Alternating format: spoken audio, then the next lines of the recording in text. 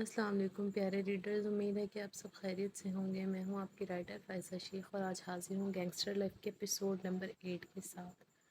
First of all میں آپ لوگوں سے بہت زیادہ ناراض ہوں۔ میں آپ لوگوں کے لیے راتوں کو جاگ کر ایپیسوڈ لکھتی ہوں، پھر اس کو اپلوڈ کرتی ہوں، اس کے باوجود کہ میری نیند نہیں پوری ہو پاتی۔ مجھے یونی کا بھی ورک کرنا ہوتا ہے، لیکن آپ لوگ مجھے ذرا سپورٹ نہیں کر پا رہے۔ تو آپ لوگ کیا کہہ رہے ہیں، کیا میں اس ناول کو یہیں پر سٹاپ کر دوں؟ آج کے ایپیسوڈ صرف ان ریڈرز کے نام جو مجھے سپورٹ کرتے ہیں۔ کائنڈلی میرے چینل کو سبسکرائب اینڈ لائک لازمی کیا کریں تاکہ آپ لوگوں کو آنے والی ویڈیوز کی نوٹیفیکیشن لازمی ملتی رہے۔ بنا وقت کو ضائع کیے آج کے ایپیسوڈ کو سٹارٹ کرتے ہیں۔ المیر اور یالے کی دھڑکنیں مدہوش سی ساکت ہوئی تھی دروازے پر۔ ہوتی دستک پر دونوں ہوش میں آئے تھے۔ یالے گڑبڑاتی دور ہوئی تھی۔ المیر نے اسے سائڈ کرتے دروازہ کھولا تھا جہاں ملازمہ موجود تھی۔ چھوٹے سائیں، کیانی سائیں نے آپ دونوں کو نیچے بلایا ہے، بی جان بھی آئی ہوئی ہیں۔ ملازمہ نے نظریں جھکاتے کیانی صاحب کا پیغام اس تک پہنچایا تھا۔ جی ٹھیک ہے، آپ چلیں، ہم آتے ہیں۔ المیر نے انہیں جانے کا کہتے خود اپنا رخ یالے کی طرف کیا جو اپنا پہلے سے ٹھیک دوپٹہ سیٹ کر رہی تھی۔ اس کا یہ بوکھلایا انداز المیر کو بڑا بھایا تھا۔ آپ ریڈی ہیں تو چلیں نیچے، بھی جان ہمارا انتظار کر رہی ہیں۔ المیر نے اپنی کلائی پر قیمتی رسٹ واچ باندھتے پوچھا تھا۔ یالے بھی جان کے نام پر چونکی تھی۔ المیر نے اسے چپ دیکھ خود بتانا شروع کیا۔ بی جان میری دادی ہیں، ماما کی جدائی کے بعد میرا زیادہ ٹائم ان کے ساتھ ہی گزرا ہے۔ آپ کی شادی کے بعد سیٹل ہو گئی تھی، بابا اپنے بزنس میں مصروف تھے، ایسے میں بی جان ہی میری ہمراز تھی۔ ان کی گود مجھے ہر دکھ کی دوا لگتی ہے۔ میں امید کروں گا کہ آپ انہیں ویسی ہی عزت دیں گی جیسی ہم آپ سے چاہتے ہیں۔ المیر نے رسان سے اسے سب کچھ سمجھایا تھا۔ یالے ساری بات سن کر سر ہلا گئی۔ اسے یہ نرم گوسا المیر اچھا لگا تھا۔ المیر اور یالے ایک ساتھ سیڑھیاں اترتے نیچے آئے تھے۔ بی جان نے ایک ساتھ انہیں آتے دیکھ بے ساختہ ماشاء اللہ کہا تھا۔ یالے نے نیچے آتے سلام کیا، جس پر بی جان کے چہرے پر خوبصورت سی مسکان آن ٹھہری تھی۔ یالے کے پہناوے میں شامل حیا انہیں اچھی لگی تھی۔ وہ اپنے شیر کے لیے ایسی ہی دلہن تو چاہتی تھی۔ وعلیکم السلام میری شہزادی، ماشاء اللہ، اللہ تم دونوں کی جوڑی سلامت رکھے۔ بی جان نے یالے کی پیشانی چومتے دعا دی تھی۔ وہ لب کھینچتے ان کی دعا سنتی سر جھکا گئی۔ بی جان نے یالے کو اپنے ساتھ بٹھایا تھا۔ یالے آج سے تم اس گھر کی بیٹی ہو، یہ شریر تمہیں تنگ کرے تو مجھے آ کر بتانا، بی جان نے پرخلوص لہجے میں کہا تھا۔ وہیں المیر ان کے پارٹی بدلنے پر منہ کھولے دیکھ رہا تھا۔ بی جان یہ چیٹنگ ہے، آپ نے تو بہو کے آتے ہی گیم پلٹ دی، المیر نے دہائی دی تھی، جس پر بی جان نے زبردست گھوری سے نوازا تھا کہ وہ جھٹ سے سیدھا ہوا۔ بیٹا جی میرا منہ نہ کھلوائیں تو بہتر ہے، ورنہ جو کرتوت ہے نا آپ کے اور اس کھوتے سکندر کے، میں نے اچھے سے بتانا ہے تمہارے باپ کو۔ وہ دھمکی دیتی المیر کو سٹ پٹانے پر مجبور کر گئی۔ ہاں پیاری بی جان، آپ تو برا ہی مان گئی، میں تو مذاق کر رہا تھا۔ کریں کریں پیار میری بیوی کو، میں بھی بہت پیار کروں۔ المیر کے ٹوٹتے الفاظ میسنے پن اور آخری بات پر لانچ میں واک سے آتے کہ یعنی صاحب بی جان کا کہکا گونج اٹھا تھا۔ وہیں یالے نے شرم سے مزید سر جھکایا تھا۔ یہ شخص کبھی نہیں سدھر سکتا تھا۔ المیر کو اپنے لفظوں کا احساس ہوا تو فوراً دانتوں تلے زبان دبائی تھی۔ سب کے کہکے پر وہ دونوں خجل سے ہو گئے تھے۔ کیانی صاحب المیر کے ساتھ ہی آ بیٹھے تھے۔ یالے کے اٹھ کر سلام کرتے ان کو آگے بھی سر جھکایا تھا، جس پر انہوں نے خوب دعاؤں سے اسے ہمکنار کیا تھا۔ بیٹا جی آپ کے ہاتھ کی چائے مل سکتی ہے؟ نہ جانے کیوں کیانی صاحب کو یالے کا شرمندہ ہونا اچھا نہیں لگا تھا۔ وہ بڑے پن کا مظاہرہ کرتے یالے کا دھیان بھٹکانے لگے۔ جی جی شور انکل، میں ابھی لاتی ہوں۔ یالے انہیں مسکرا کر کہتی بی جان کے ساتھ کچن تک چلی آئی جو بے حد خوبصورت تھا۔ کھوتے یہ رومانس کی باتیں بند کمرے تک رکھ، شرمندہ کرتی ہے نا بچی کو، کیانی صاحب نے اسے سنائی تھی، جس پر وہ ڈھیٹ پن سے مسکراتا۔ ہاں میں سر ہلا گیا، اوکے سیز فائر، اب مجھے جلسے کے لیے نکلنا ہے، شام میں ملیں گے۔ المیر انہیں مطمئن کرتے جانے لگا جب سامنے سے آتی بی جان نے اسے لتاڑا تھا۔ نوشے میاں پہلے ہی دن نکل پڑے، یہ نہیں کہ بیوی کو گھر دکھائیں، ان کی آج کھیر پکائی کی رسم ہوگی، اس کے لیے آپ کا ہونا ضروری ہے۔ تو آج تو آپ بالکل کہیں نہیں جا سکتے، بی جان نے صاف ہری جھنڈی دکھائی تھی۔ پر بی جان میں تب تک واپس آ جاؤں گا، آج کا جلسہ بہت ضروری ہے، المیر نے بے بسی سے کہا تھا۔ المیر، ہم نے کہہ دیا نا کہ آپ نہیں جائیں گے۔ بی جان کا انداز دو ٹوک تھا۔ المیر گہرا سانس بھرتے ان کی مان ہی گیا، ورنہ ان سے کوئی بعید نہ تھی، پہلے دن بیوی کے سامنے وہ خوار کر جاتی۔ چل بیٹا المیر، لگ جا بیوی کے تھلے، اب بیوی کی نوکری کر سکندر، اللہ پوچھے تجھے، مجھے جورو کا غلام بنائے، کیسے آزادی سے گھوم رہا ہے، اوپر سے یہ Hitler be John. Almir بڑبڑاتا kitchen کی طرف جانب قدم بڑھا گیا۔ یہاں بیٹھنا بی جان کے ہاتھوں درگت بنوانا تھا، جو وہ نہیں چاہتا تھا۔ بی جان اور کیانی صاحب بے حد خوش تھے المیر کے نارمل رویے کو دیکھتے، اندر سے دونوں ہی خوفزدہ تھے۔ المیر جو ماں کے اور اس ناہنجار لڑکی کے جانے کے بعد جینا بھول گیا تھا، یالے ایک ہی دن میں اسے مسکرانا سکھا گئی تھی۔ المیر کچن میں آیا تو یالے چائے ٹرے میں نکال رہی تھی، وہ مکمل توجہ سے چائے کپوں میں ڈال رہی تھی جب پیچھے سے آتے المیر نے ہاؤ کرتے اسے ڈرایا تھا۔ یالے بری طرح سے ڈرتی چیخ اٹھی تھی، چائے چھلکتی اس کے ہاتھ پر گری تھی، گرم چائے یالے کے ہاتھ پر گرتی اسے سسکی لینے پر مجبور کر گئی تھی۔ اوہ سوری یالے، میں بس مذاق، المیر نے جلدی سے اس کا جلا ہاتھ تھامتے پھونک مارتے ہوئے بولا تھا۔ المیر نے انتہائی نرمی سے اس کا ہاتھ تھام رکھا تھا کہ اگر ذرا سی بھی سختی کی تو وہ نازک سی گڑیا ٹوٹ جائے گی۔ یالے اپنا درد بھولتی بہتی آنکھوں سے اسے دیکھنے لگی، جو اس کا ہاتھ تھامے پاگل سا اپنے لبوں سے مرہم رکھنے کی کوشش کر رہا تھا۔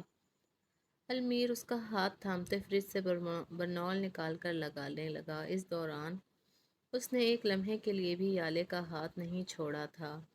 یالے بس بے جان سی اس کے ساتھ کھنچتی چلی جا رہی تھی۔ کیا وہ تھی اس شخص کے قابل؟ دل نے فوراً نفی کی تھی۔ المیر نرمی سے برنول لگاتے اب ہاتھ دھو رہا تھا، اس کی نظر اب تک ایک جگہ جمی یالے پر پڑی تھی۔ یالے کیا ہوا؟ آپ ایسے کیوں کھڑی ہیں؟ درد زیادہ ہو رہا ہے کیا؟ بس اب آپ کچن میں نہیں آئیں گی۔ المیر اس کے یوں خاموش رہنے پر یہی اخذ کر سکا تھا۔ المیر ضبط بہت لازم ہے نا درد کے لیے؟ یالے کھوئی کھوئی سی اپنے زخمی ہاتھ پر نظر ٹکائی بولی تھی۔ المیر نے نہ سمجھی سے اسے دیکھا تھا، پھر کچھ سوچتے اسے جواب دیا، درد اگر اندر رکھ کر کھوکھلا کر رہا ہو تو اس پر ضبط نہیں کرتے یالے، خود کو وقت کے حوالے کر دیتے ہیں، آنے والوں کو جگہ دیتے ہیں اور جانے والوں کے لیے دعاؤں کا تحفہ، ورنہ درد ناسور بن کر کھا جاتا ہے انسان کی تمام خوشیوں کو۔ المیر ایک پل میں ہی اس کی دکھتی رگ تک پہنچتا اپنے لفظوں میں عجیب بے چینی لیے بولا تھا۔ یالے نے جھٹکے سے سر اٹھا کر اس کی باتوں پر اسے دیکھا تھا۔ کیا المیر کیانی اس کے اندر کی جنگ سے بھی واقف تھا؟ کیسے کوئی شخص اتنا پراسرار ہو سکتا ہے؟ المیر بھی اس کی نظروں کو بھانپ گیا تھا، تبھی مسکرا کر نفی میں سر ہلانے لگا۔ میں دلوں کو پڑھنے کے ہنر سے تو واقف نہیں ہوں، مگر دل ٹوٹنے کی اذیت سے اچھے سے جانکاری ہے میری، ویران دلوں سے پرانا واسطہ ہے میرا۔ المیر اس کے شانے پر ڈھلکتا دوپٹہ ٹھیک کرتے ہوئے بولا تھا۔ یالے نے پلکیں نہیں جھپکائی تھی، وہ ایسا نہیں چاہتی تھی۔ المیر کی آنے تک محدود ہونا اس کے لیے نقصان دہ تھا۔ درد کی حدود کہاں ہوتی ہیں؟ یہ تو لامحدود ہوتا ہے، رگوں میں لہو کی مانند سرایت کرتا درد کوئی کیسے نکال سکتا ہے؟ اور اگر نکالنے کی کوشش کرے تو زندہ کیسے رہ پائے گا؟ یالے اس کے ہاتھ کو اپنے شانے سے ہٹاتے کھوئے انداز میں ہمتاً گوش تھی، اذیتیں خود ساختہ ہوں تو درد لہو میں نہیں روح میں اترتا ہے۔ جب بنانے والے نے محبت کا انحصار انسانوں کی چالوں پر نہیں کیا تو آپ کیوں آگے بڑھنے سے گھبراتی ہیں؟ المیر سنجیدگی سے پوچھ رہا تھا۔ یالے کے پاس اس کی بات کا کوئی جواب ہوتا تو وہ دیتی۔ المیر نے جھک کر اس کے دوپٹے میں چھپے کاندھے پر لب رکھے تھے، انداز میں عقیدت تھی، احترام تھا۔ یالے آنکھیں موند گئی، اس لمس میں کیسی چاہت تھی، سکون پانے کی کشش تھی۔ آپ ہمارے لیے اللہ کا تحفہ ہیں یالے۔ المیر سکندر شاہانی کی گڑیا ہماری پرنسز ہے، المیر اس کا چہرہ ہاتھوں کے پیالوں میں بھرتے ہوئے کہہ رہا تھا۔ یالے اسٹل سی اس کے اظہار پر کھڑی رہ گئی تھی۔ ہم دونوں کے درمیان تعلق کی نوعیت اس اظہار کا تقاضا نہیں کرتی المیر، یالے نے آنکھوں میں آنسو سجاتے ہوئے کہا تھا، اس کے ہاتھوں سے چہرہ آزاد کراتے۔ اس نے وہاں سے جانا چاہا تھا۔ المیر اپنی جگہ سے ایک جگہ انچ نہیں ہلا تھا۔ ہمارا رشتہ تو پاکیزہ ہے یالے۔ المیر، آپ تو ہماری ہیں، پھر آپ سے اظہار میں گریز کیسا؟ اس کی نم آنکھوں سے نمی چراتے علمیر نے یالے کو مان سونپا تھا۔ یالے کا دل اس کی باتوں پر سکڑ کر پھولا تھا، لب جیسے سل سے گئے تھے۔ یالے شاہانی خود کو ایک بند کمرے میں محسوس کر رہی تھی، جہاں سے سانسوں کا گزر بھی علمیر کی یعنی کہ سانسوں پر منحصر تھا۔ دل کی دھڑکنیں اس کے تابع ہو رہی تھیں، آنکھوں میں چاہے جانے کے دیپ جلنے لگے تھے، دل و جان سے اسے آج درد کی شدت نے اپنی لپیٹ میں لیا تھا۔ درد کو زبان ملنے سے قاصر تھی تو لفظوں نے بھی ساتھ چھوڑ دیا تھا۔ یالے علمیر سے دور جانے کے فیصلے سے رضامند تھی، مگر اتنا حوصلہ نہیں کر پا رہی تھی کہ یہ شخص جادوگر کی طرح اس پر طلسم پھونک رہا تھا، مگر یالے تو اذیتوں میں کچھ بھی محسوس نہیں کر پا رہی تھی۔ سکندر نے اس کے لیے جو فیصلہ کیا وہ ٹھیک تھا، مگر جو علمیر کے ساتھ زبردستی ہوئی وہ ناقابل قبول تھی۔ یہی بات یالے شاہانی کی روح کو کچوکے لگا رہی تھی۔ من چاہی تو آج تک وہ کسی کی بھی نہ بن پائی تھی سوائے اپنے شہزادے بھائی کے، جس کے خاطر وہ اپنی جان بھی ہارنے کو تیار تھی۔ زندگی کے ایسے موڑ آنے ہیں یالے نے سوچا ہی نہ تھا۔ اس رشتے کی شروعات میں ہی ایک کھوٹ تھا، وہ پائیدار کیسے بن سکتا تھا؟ سکندر سانسیں پھولنے پر اس سے ذرا فاصلہ کر گیا۔ اندھیرے کمرے میں دونوں کی بکھرتی سانسوں کا رقص جاری تھا۔ شہرینہ تو اس کے چھوڑنے پر بے دم سی ہوتی اپنی ٹانگوں پر کھڑی نہ رہ پائی تھی۔ وہ یوں ہی دیوار کے سہارے بیٹھتی چلی گئی، لبوں سے بہتی لہو کی لکیر، بکھرے بال، کانپتا جسم۔ وہ اس لمحے قابل رحم حالت میں تھی، اس کی نظریں جامد تھیں۔ اندھیرے میں اس نے ذرا سی بھی ہلنے کی کوشش نہیں کی تھی۔ شہرینہ الماس کو یہ اندھیرا اپنی آنکھوں میں سماتا ہوا محسوس ہو رہا تھا۔ سکندر نے چہرے پر پھیلتے اضطراب سے دل کو گمراہ کیا تھا۔ وہ شہرینہ کے قریب نہیں آیا تھا، اسے اپنے جذباتوں پر بھرپور قابو تھا، مگر شہرینہ الماس کا نرم روئی سا وجود اس کے حواس سلب کر گیا تھا کہ کچھ نہ سوچتے اس کے لبوں پر اپنے نام کے پہرے بٹھا گیا، اتنی شدت کے ساتھ کہ شہرینہ کا نچلا لب زخمی ہوا تھا۔ باربی، میں نے جو کیا، سکندر نے بولنے کی کوشش کی تھی، مگر اگلے لمحے ہوئے حادثے نے اسے وحشی پن پر اتارا تھا۔ شہرینہ اس کی آواز سنتے ہی بے ہوش ہو کر گری تھی، اس کی پیشانی زور سے زمین پر لگنے سے گہرا زخم آیا تھا۔ اپنے پاؤں کے پاس گرا شہرینہ کا بے سدھ وجود اسے اندر تک ہلا گیا تھا۔ اس نے آگے بڑھ کر سوئچ بورڈ پر ہاتھ مارتے لائٹ آن کی تھی اور پاگلوں کی طرح شہرینہ کی طرف بھاگا تھا۔ اسے باہوں میں بھرتے سکندر نے جلدی سے کاؤچ پر لیٹاتے فرسٹ ایڈ باکس کو ڈھونڈا تھا۔ پورا روم وہ باکس ڈھونڈنے میں تہس نہس کر چکا تھا۔ گھبراہٹ کے مارے اس کی پیشانی پسینے سے نم ہوئی تھی، مگر سکندر شاہانی کے قدم زندگی میں پہلی بار اپنے کسی عمل پر لڑکھڑائے تھے۔ اس لڑکی سے اس کا انتقام باقی تھا، پھر اس کی تکلیف پر دل کیوں کڑلا رہا تھا؟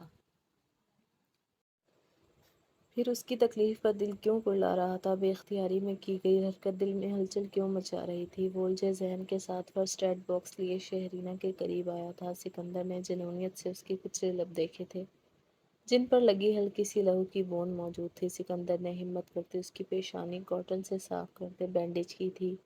بے ہوشی میں بھی شہرینہ الماس درد سے دوہری ہوئی تھی۔ سکندر نے ایک نظر اس کی صورت پر ڈالی، نم بھیگی پلکوں پر جھکتے گہرا بوسہ دیا تھا، جیسے اپنے دیے زخم پر مرہم رکھا ہو۔ یہی عمل اس نے شہرینہ کے زخمی لبوں پر دہرایا تھا۔ اس بار لمس میں نرمی ہی نرمی تھی۔ اسے اپنا آپ ہلکا پھلکا محسوس ہوا۔ اس سے پہلے کہ الماس یہاں آتا، اسے یہاں سے نکلنا تھا۔ سکندر سیکرٹ ڈور سے اپنے کیبن میں پہنچ کر حلیہ تبدیل کر چکا تھا جب نینا بھاگتی ہوئی آئی۔ سر، وہ شہرینہ میم میٹنگ روم میں بے ہوش پڑی ہیں، نینا نے پھولی سانسوں سے بتایا تھا۔ سکندر نے شاکڈ انداز میں بھرپور اداکاری کرتے ناسمجھی کے تاثرات چہرے پر سجائے۔ وٹ مس نینا، کیا کہہ رہی ہیں آپ؟ ان کے فادر کہاں ہیں اور کیسے بے ہوش ہوئیں وہ؟ سکندر نے اپنی اداکاری پر خود کو داد دی تھی۔ دل میں کہیں شہرینہ کے ساتھ کی گئی زیادتی کا ملال سا جاگا تھا، پر شہرینہ الماس کی وہ 2 پل کی ریاضت اس کے برسوں کا صلہ نہیں ہو سکتی تھی۔ وہ سکندر شاہانی تھا، کیسے شہرینہ الماس کے در کا سوالی بن جاتا؟ جو اسے نہیں ملتا اسے وہ چھین لیتا تھا، جیسے آج شہرینہ الماس سے اس کی سانسیں چھین ڈالی تھی۔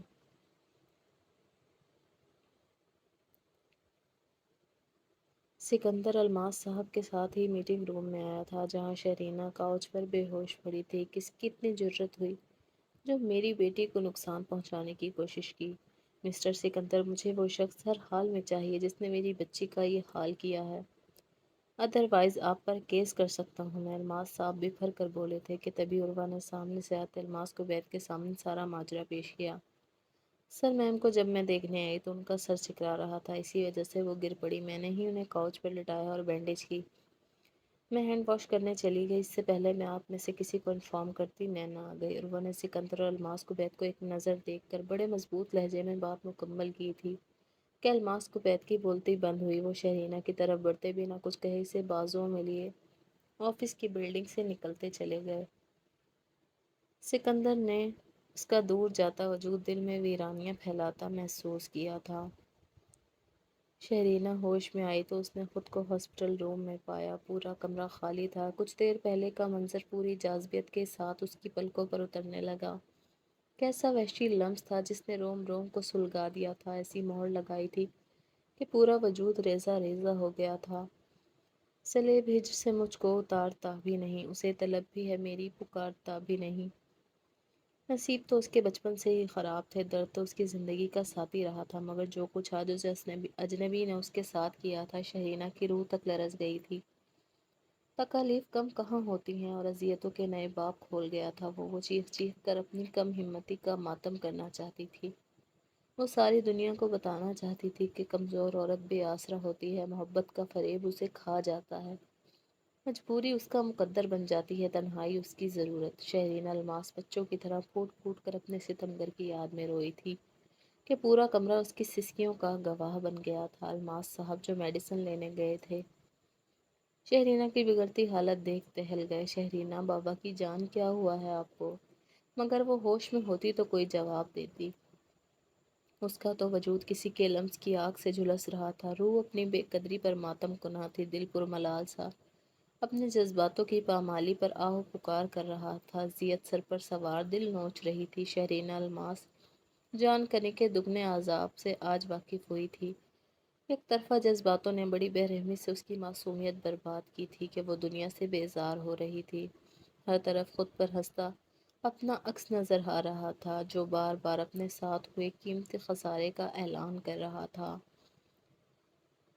ایک بے نام درد نے دل کو مٹھی میں جکڑا تھا کہ شہرینہ بری طرح اپنے بال نوچنے لگی۔ الماس صاحب نے اس کی حالت دیکھتے سینے سے لگایا تھا۔ شہرینہ کی چیخ سنتے ڈاکٹر بھی آ چکی تھی۔ وہ شدید پینک ہو رہی تھی۔ الماس کو عبید نے بڑی مشکل سے اسے قابو کیا ہوا تھا۔ ڈاکٹر نے اسے پرسکون رکھنے کے لیے انجیکشن لگایا تاکہ جب وہ ہوش میں آئے تو بہتر محسوس کرے، مگر وہ کیا جانتی تھی وہ کس روگ کی ماری ہے۔ محبت تو اچھے اچھوں کو کھا جاتی ہے، وہ تو بس 19 سال کی نادان سی لڑکی تھی، سیاہ بختی جس کے بخت میں لکھ دی گئی تھی، دل ایسے مبتلا ہوا تیرے ملال میں، زلفیں سفید ہو گئیں 19 سال میں۔ درد کی کیفیت الگ ہوتی ہے مگر محسوس صرف دل میں کیا جاتا ہے۔ شہرینہ الماس کے دل سے ایک آہ نکلی تھی جو نہ جانے اب کون سی قیامت برپا کرنے والی تھی۔ انتقام کے طلبگار کو کس کس امتحان سے گزرنا تھا، یہ وقت کا پہیہ ضرور دکھانے والا تھا۔